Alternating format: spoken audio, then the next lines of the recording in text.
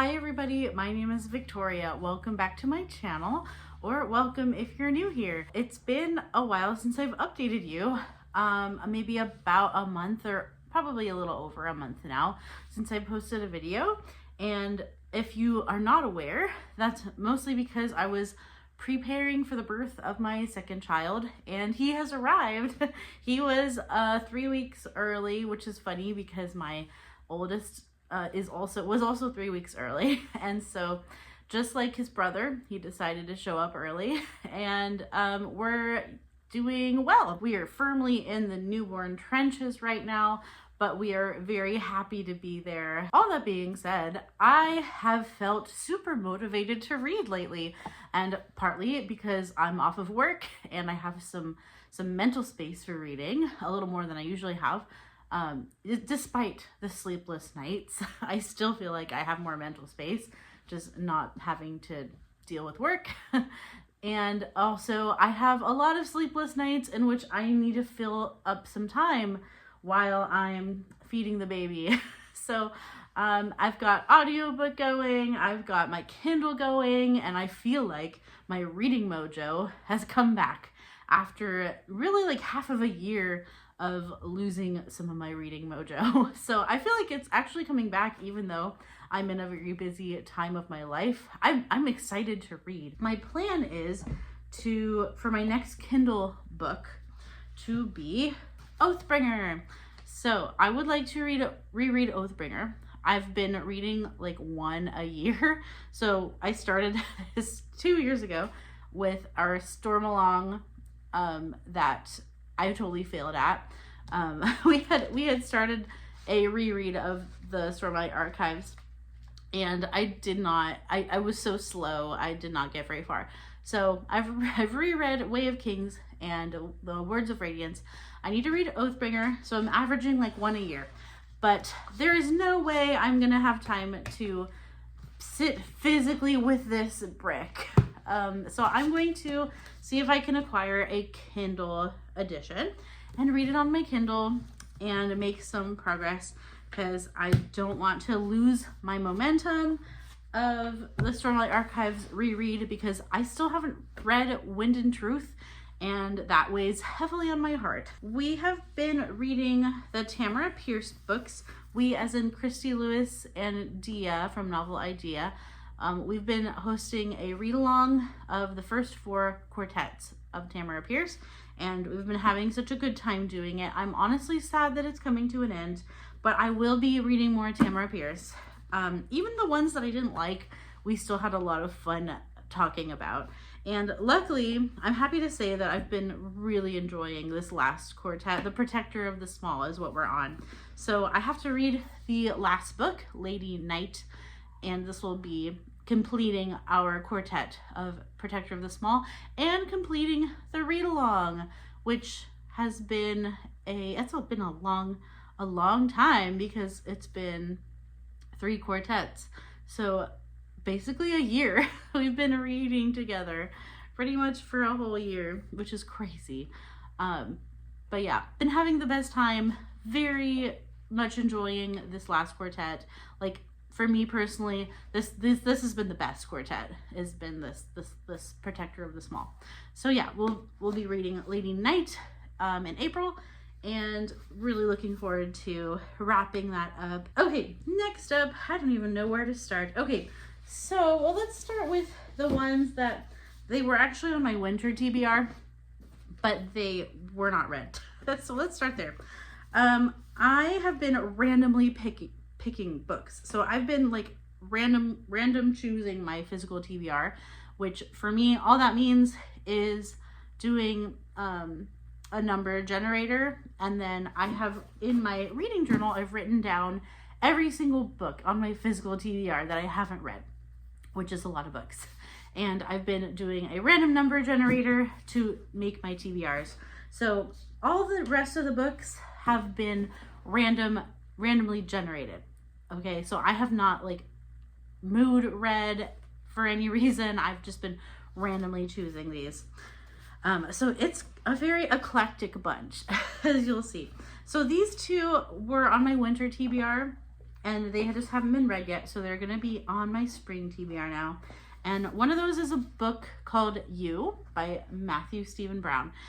He's actually the pastor of my church, and so he wrote a couple books. This was his first book that he wrote, and it's about using the Enneagram, and then he kind of uses the Enneagram and the personalities of the Enneagram to launch off into more biblical discussions about like relating to each other, the way that honors God, and dealing with different personalities. And he kind of uses the Enneagram to as like a launching pad. So this will hopefully be read. I'm gonna try to prioritize that since it's a carryover from January. And then another one that is a carryover is Norwegian Wood by Haruki Murakami.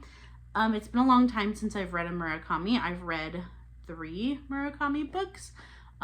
Only 2 fiction though, and 1 nonfiction. And I have enjoyed Haruki Murakami in the past. This one is kind of a little bit more of like a love story centered, I believe. And it's also like historical fiction, I believe in the 60s. So yeah, I don't know a ton about it. Other ones are ones I have not talked about on my channel yet. So these are all randomly generated. And the first one, let's talk about this one. Let's talk about Cyrano de Bergerac by Edmond Rostand. I have known about this play for many years, but I honestly don't really know a synopsis. I don't really know much going in at all, but I have heard really good things. When I've seen other friends read this, everybody seems to enjoy the story very much. But I basically don't. I have like no basis for this story, which is surprising because with the classic I usually do, just by being in the world and pop culture references. But for some reason, this one I have no idea. I'm going in very blind, which is surprising because I feel like it's pretty famous, and I'm like, why don't I know the story at all? I don't know. But yeah, so this one will be read. Next, I am a member of the Aardvark book club, and I have been absolutely horrible at actually reading them.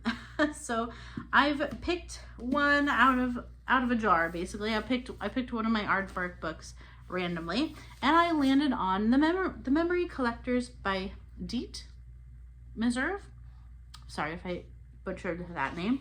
But this is a sci-fi time travel book, and it seems to be written by a film and television producer, and I don't know what they've worked on, but it seems like it's gonna read like a movie, and so that should be a good audiobook experience, I would think. But we'll see. Yeah. This is also set in California, like Southern California, which is where I live. So I thought that was a interesting element as well, and something that appealed to me. So sci-fi time travel, I think it has to do with like regrets as well, and like changing your life.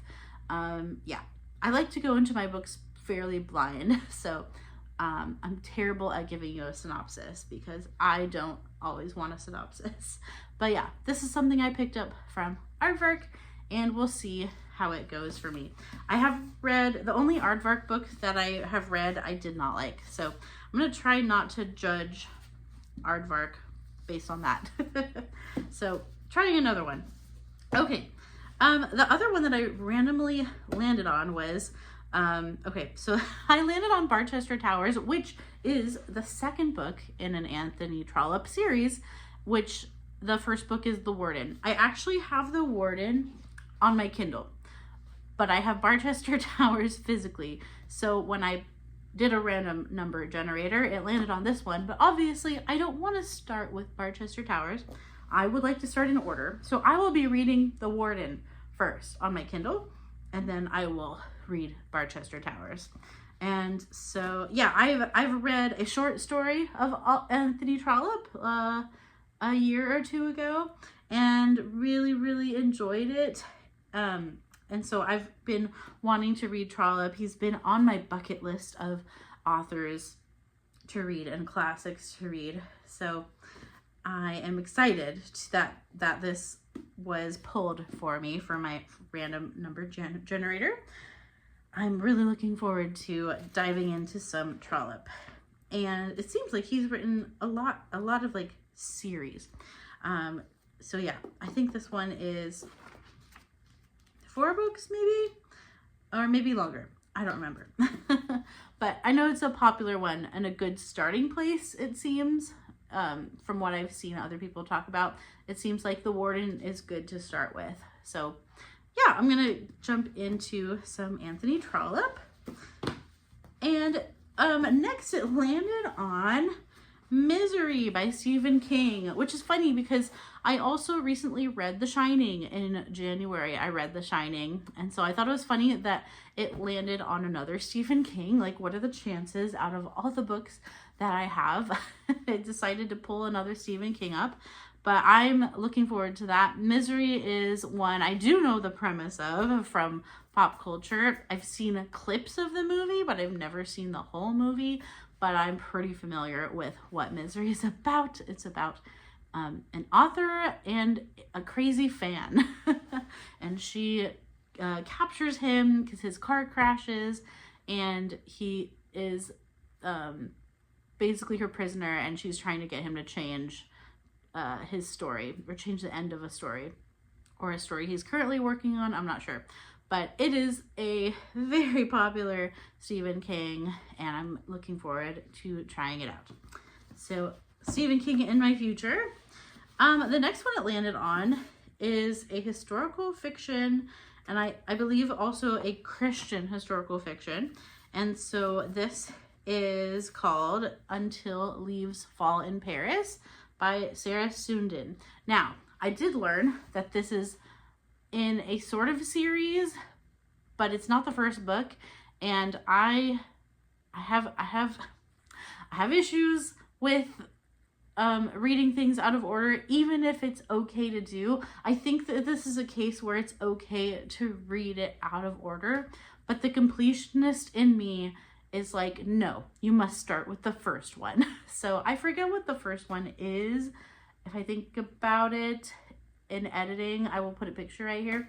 But I might read the first one, then the second one. Just like I'm doing with Trollope. So we'll see. But this is set in World War II Paris. When the Nazis march toward Paris, American ballerina Lucy Gerard buys her favorite English language bookstore to allow the Jewish owners to escape. The Germans make it difficult for her to keep green leaf books afloat, and she must keep the store open if she is to continue aiding the resistance by passing secret messages between the pages of her books. So it has a bookstore setting, and it is also, she's a ballerina, so there's a lot of like books and the world of arts going on, and obviously the bookstore is a front for allowing Jewish owners to escape through it as well, and the German occupation of France. Okay, so that gives me a good picture of it. Yeah, and it's a Christian author as well, a Christian historical fiction. I haven't read a lot of Christian fiction, but I would be very interested to see how this is written in that way. You would think I have read some Christian fiction, but I really haven't. And it's something I've wanted to read and wanted to get into. And so I was very glad that it picked this. The last book that I chose for myself is a book of the month, and it's an older one that has been languishing on my shelves, and that is The Return of Ellie Black by Amiko Jean. This is a thriller mystery, and it was bought in May 2024. So it's been a couple years it's been sitting on my shelf. Let's see. A missing girl returns, but that isn't the end of the story. It's only the beginning. It's been 20 years since Detective Chelsea Calhoun's sister vanished. So she disappears for 20 years and then she shows up again. And everybody's trying to figure out what happened. She's found alive in the woods of Washington State. Okay, so we have a Pacific Northwest setting. And wow, this cover, I feel like in 2 years, Book of the Month has changed their printing a bit, because this feels different than the other Book of the Months that I have. It's like more glossy. Anyways, totally getting distracted by the physical book in my hand. So this, I do have an audiobook copy, so I'll probably go that way since it's a twisty thriller. I think it would be probably fairly easy to follow on audio. So yeah, we'll see what I think about that one.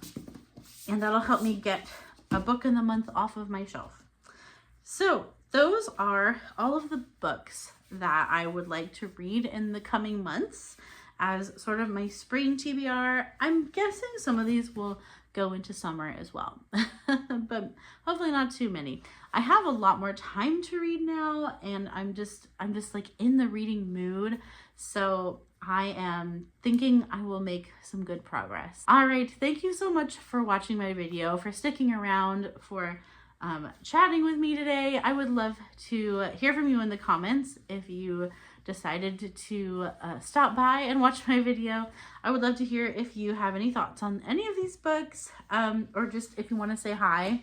I would love to hear from you, or if you just want to leave an emoji, you can leave a baby related emoji if you would like to, or a motherhood emoji, since that is where I'm at right now and where my head is at.